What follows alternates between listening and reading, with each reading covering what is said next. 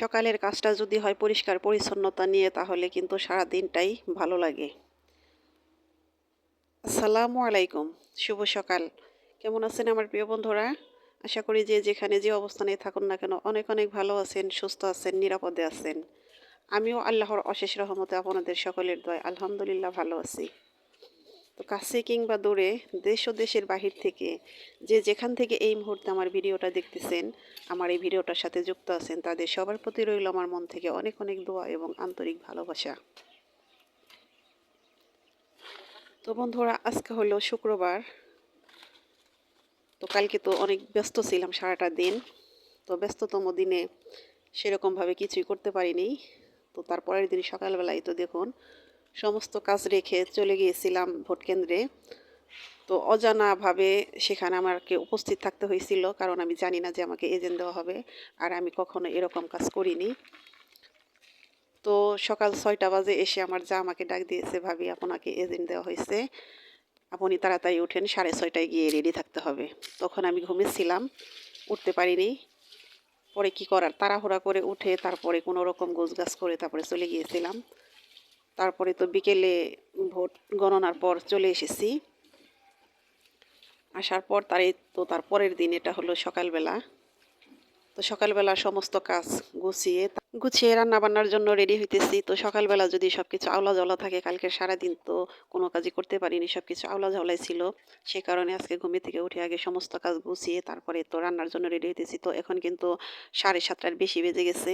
তো বাজলে কি হবে, সব কাজ এলোমেলো রেখে এখন যদি আমি রান্না করতে যাই সকালবেলা ঘুম থেকে উঠে, তাহলে আমার রান্না করতে একটু ভালো লাগবে না, রান্না তাড়াতাড়ি হবেও না, মনটা পড়ে থাকবে আমার এই অগোছালের মধ্যে। তো সকালবেলা যে ভাবলাম যদি একটু দেরিও হয়, কিছুই করার নেই, আমি সকালবেলা সব গুছিয়ে তারপরে সুন্দর করে রান্নাঘরে রান্না করব। তো বন্ধুরা দেখুন, এই তো রান্নাঘরে কিন্তু যখন আমি কুটাকাটি করি তখন রোদ এসে গেছে, বেলাটা একটু বেশি হয়ে গেছে। তারপরে কিছুই করার নেই, আমি সব কিছু গুছিয়েই তো রান্না করতেছি। তো আজকে রান্না করবো সেই চিনালোর মোতা, সেটা হলো আমি কেটে ধুয়ে পরিষ্কার করে ভাপ দিয়ে নিয়েছি। যদি এটা বিচি আলুর মতো হতো তাহলে কিন্তু গরম পানি করে ভালো করে মাছের মতো করে ধুয়ে তারপর রান্না করতে হতো। যেহেতু এটা চীনা আলুর মতো, এটাকে একটু ভাপ দিয়েছি। আর ওই দিন যে আপনাদের ভাই মাছ এনেছিল, ব্রিগেড মাছ, 4 কেজি ওজন ছিল, সে মাছটা খাওয়া হয়নি। সে মাছটাই আজকে রান্না করব। তো বড় মাছ দিয়ে এই আলুর মোতা দিয়ে রান্না করলে কিন্তু শীতকালে খেতে বেশ মজা। আমি এর আগেও খেয়েছি কয়েকবার, আমার এর আগে ছিল হলো ওটা বিচি আলুর মোতা ছিল। তো চীনা আলুর মোতা আসছে, কিন্তু বিচি আলুর মোতাটা খাইতে বেশি মজা লাগে। তো বন্ধুরা, আপনারা এই আলুর মোতাকে কি বলেন আমি তো জানি না, আমাকে কমেন্ট করে জানাতে পারেন। আর জানি না কোন কোন বন্ধু এখন আমার এই ভিডিওটার সাথে আছেন, আমার এই ভিডিওটা দেখতেছেন। তো বন্ধুরা, যদি লাইক দিতে ভুলে যান প্লিজ একটা লাইক দিয়ে দিবেন। আপনাদের একটি লাইক কিন্তু আমার কাছে অনেক অনেক মূল্যবান। আর আমার যে প্রাণপ্রিয় বন্ধুরা এই কাজটি করে দিয়েছেন তাদেরকে জানাই আমার মন থেকে অনেক অনেক দোয়া এবং আন্তরিক ভালোবাসা। তো বন্ধুরা, আজ 4-5 দিন যাবৎ কিন্তু কারো ভিডিও আমি সেরকমভাবে দেখতে পারতেছি না, সময়ের ভিডিও সময় দেখতে পারতেছি না, অসময় হয়ে যাইতেছে। তো আমি দেখার চেষ্টা করতেছি, যার যেটুকু পারতেছি কিন্তু কন্টিনিউ করার চেষ্টা করতেছি। তো নেক্সটে আমি সব ভিডিওগুলো ঠিকঠাক মতো দেখে নিব। তো আপনারাও সবাই জানেন যে এখন যে কীরকম একটা ব্যস্ততম দিন যাইতেছে, যাদের বাড়ির লোকজন বাড়ির বাহিরে থাকে, যেমন ঢাকাতে থাকে, তারা বাড়িতে আসছে এই নির্বাচন উপলক্ষে, সেটা কিন্তু একদম ঈদের মতো কোনো অংশে কম নয়। তো সে কারণে বাড়িতে ঝামেলাটা একটু বেশি। আর যেহেতু আমি একাতে আমাকে সব কিছু সামলাতে হয়, সে কারণে আমি মোবাইলে তেমন একটা অ্যাক্টিভ থাকতে পারতেছি না। তো বন্ধুরা, আমি কিন্তু কাউকে ভুলে যাইনি, আমাকে আপনারা ভুলে যাবেন না। আমি ঠিক আপনাদের সাথেই আছি, সাথেই থাকবো ইনশাআল্লাহ। তো কথা বলতে বলতে এই তো আমার রান্নাটা প্রায় শেষের দিকে। তো আজকে আমি এই তরকারিটা কিন্তু বেরেস্তা দিয়ে রান্না করব, বেরেস্তা উঠিয়ে রেখেছি। তো এরকম তরকারি কিন্তু বেরেস্তা করে রান্না করলে বেশি মজা লাগে, যেহেতু এটা বড় মাছ, তার মধ্যে আবার যে আলুটা, এই আলুটার মধ্যে অবশ্যই বেরেস্তা দিলে পরে বেশি ভালো লাগে। এটা হলো আমার শাশুড়ি মায়ের শিক্ষা। তো আসলে এভাবে অনেক মজা লাগে। তো এই আলুটা আপনারা যারা খান এভাবে বেরেস্তা উঠিয়ে তারপরে তরকারিতে দিয়ে দিবেন, খুব মজা লাগে। তো বেরেস্তার মধ্যে আমি দিয়ে দিয়েছি কিছু রসুন, কিছু আদা, আর হলো বেশি করে পেঁয়াজ, তার সাথে আছে তেজপাতা, জিরা, এগুলো দিয়ে ভেজে উঠিয়ে রেখে সেই মশলাটা আমি পরে বেটে যে তরকারিটা হওয়ার আগে মুহূর্তে আমি এটা দিয়ে দিব।